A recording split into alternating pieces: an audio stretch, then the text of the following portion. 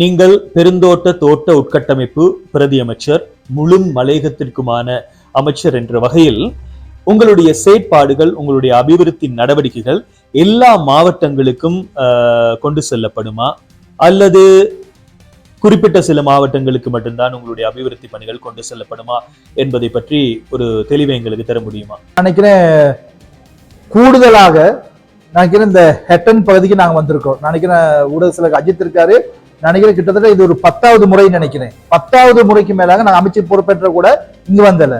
கடந்த கால அரசியல்வாதிகள் வருஷத்துக்கு ஒரு தடவை தான் வெளி மாவட்டத்துக்கு போவாங்க. ஆனா நாங்க இந்த 8 மாசத்துல 10 தடவை நான் ஊரலியாக்கு வந்துட்டேன், மாவட்டம் வந்திருக்கேன். இனியும் தொடரும், இனியும் சேவைகள் தொடரும். ஏன்னா இன்னைக்கு முழு மலையத்துக்கு அமைச்சர் என்ற வகையில நாங்க எந்த விதமான பாரபட்சம் இன்றி, மலையகம் என்பது எல்லா இடமே எங்க சொந்தங்கள் தான் இருக்காங்க, எங்களோட உறவுகள் தான் இருக்காங்க. அதனால எங்களுக்கு ஓட்டு கொடுத்த ரத்னபுரி மக்களுக்கு மாத்திரம் தான் செய்வது எங்களோட நோக்கம் அல்ல, முழு மலையத்தையும் நாங்க செஞ்சு கொண்டிருக்கோம்.